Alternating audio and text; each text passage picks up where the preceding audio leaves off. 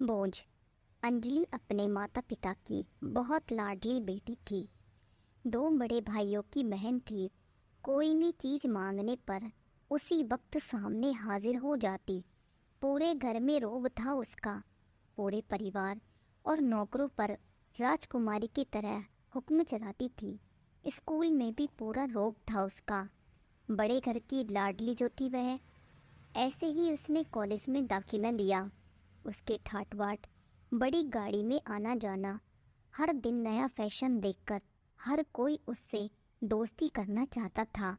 थोड़े ही दिनों में उसके बहुत से दोस्त बन गए।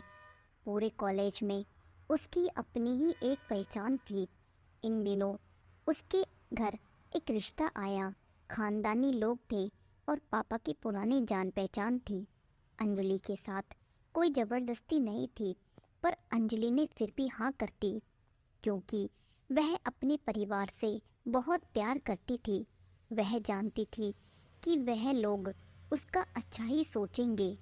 लड़के का नाम राज था। राज काफ़ी पढ़ा लिखा और समझदार लड़का था। ससुराल वाले भी बहुत अच्छे थे। ससुराल में अंजलि की जगह वैसी ही थी जैसे कि मायके में।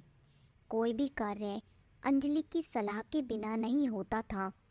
सबकी लाडली बहू बन गई थी। फिर उसके घर एक बेटे का जन्म हुआ। आदि अंजलि को जान से प्यारा था। पोता पाकर ससुराल वाले तो फूले नहीं समाते थे। अंजलि कभी कभी सोचती कि उसकी किस्मत कितनी अच्छी है। उसका हर अपना उसे कितना प्यार करता है, चाहे जीवन में कैसा भी समय आए। मेरे अपने हमेशा मेरे साथ हैं। मैं कभी अकेली नहीं हो सकती। कितनी खुशकिस्मत हूँ मैं। पर शायद अंजलि की खुशियों को उसकी अपनी ही नज़र लग गई थी। एक दिन वह मायके जाने की जिद कर बैठी। राज को बहुत काम था, लेकिन फिर भी वह उसे ले गया। रास्ते में उनकी गाड़ी किसी गाड़ी से टकरा गई। अंजलि, राज और आदि बहुत बुरी तरह से जख्मी हो गए। काफ़ी दिनों के इलाज के बाद राज और आदि तो ठीक हो गए, लेकिन अंजलि पूरी तरह ठीक ना हो सकी। सर पर चोट लगने के कारण वह अपनी आंखों की रोशनी खो बैठी। अब अंजलि की किस्मत जैसे उल्टे पांव चलने लगी। मायके वाले कुछ दिनों तक उसे मिलने आते रहे। फिर कभी कभार फ़ोन ही करके पूछ लेते कि अब कैसी हो। धीरे धीरे ये सिलसिला भी कम हो गया। ससुराल वालों की सहानुभूति भी कम होने लगी।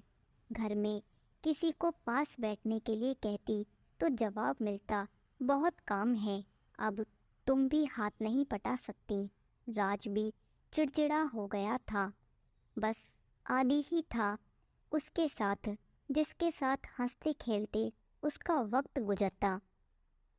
एक दिन अंजलि हाथ से कुछ सामान गिर गया, जिसकी वजह से आदि को हल्की सी चोट लग गई।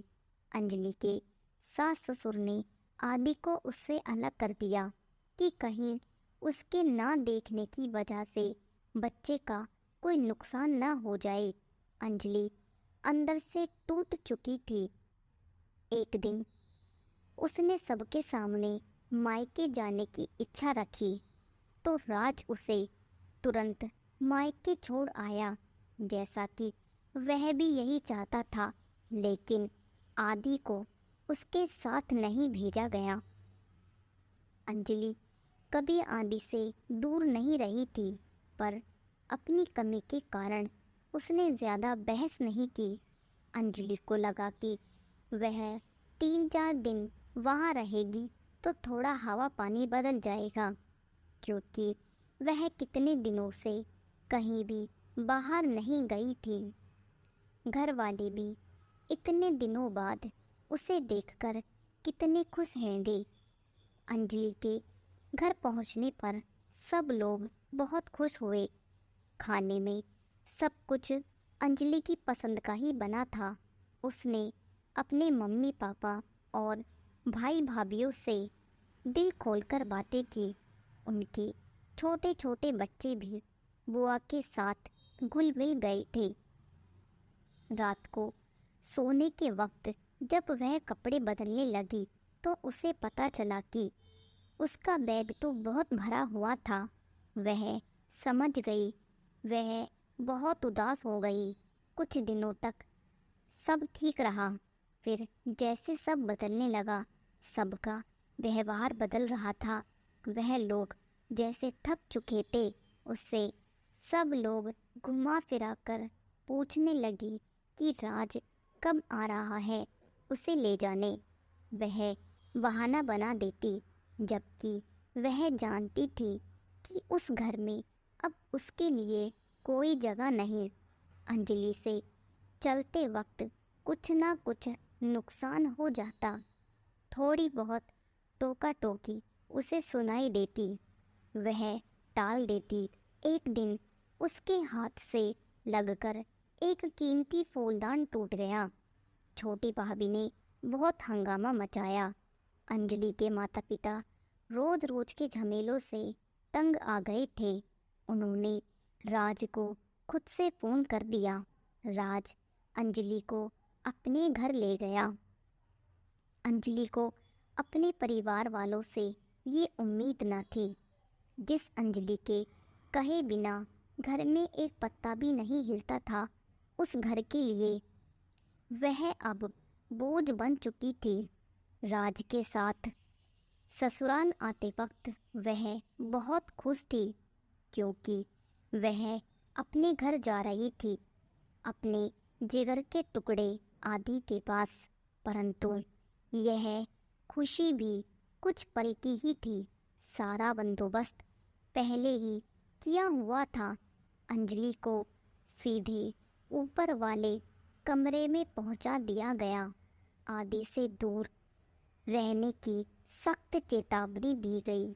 एक काम वाली लता को उसकी जिम्मेदारी सौंपी गई, जो उसके खाने पहनने जैसी ज़रूरतों का ध्यान रखती। अंजलि ज़्यादातर चुप ही रहती। कभी कभी काम वाली लता से थोड़ा बात कर लेती। उसके जरिए आदि का पता चल जाता। सबकी लाडली बेटी और बहू सबके लिए लाडली से बोझ बन चुकी थी।